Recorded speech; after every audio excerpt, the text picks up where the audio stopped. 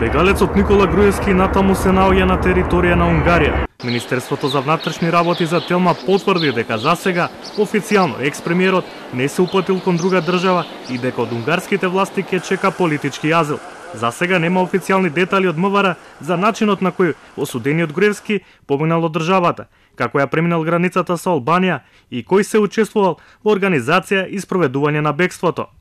Според сознанијата со кои располагаме и разговорот со Министерството за внатрешни работи на Унгарија, Груевски се наоѓа во Унгарија, каде ја чека одлуката на властите за неговото барање за азил.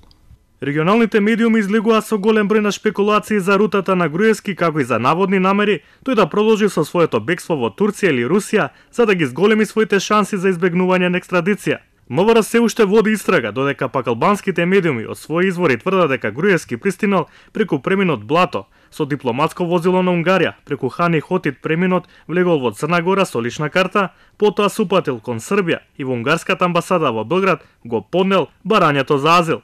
Република Македонија нема меѓународен договор за екстрадиција со Унгарија.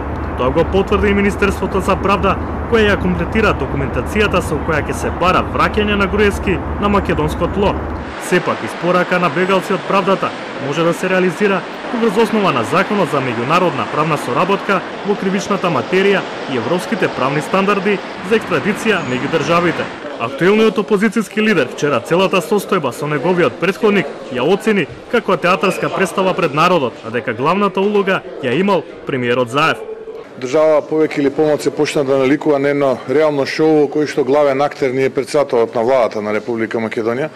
Невешто обидувајќи се на моменти да глуми комедијанта, на моменти да глуми некоја друга роља во таа театарска представа или тоа реално шоу.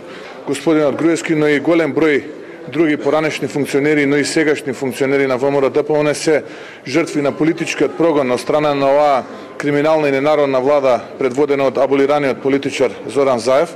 Сепак овој чин никако не можам нити да се согласам, нити да го оправдам. Денеска СДСМ го повика Мицкоски да даде детали за средбата со Груевски и дали тој помогнал во неговото бегство. Јас се држам на она што самиот Христијан Мицкоски го изјави во една дебатна емисија, каде што рече дека имал разговор со Никола Груевски, во кој разговор дискутирале околу иднината на Никола Груевски.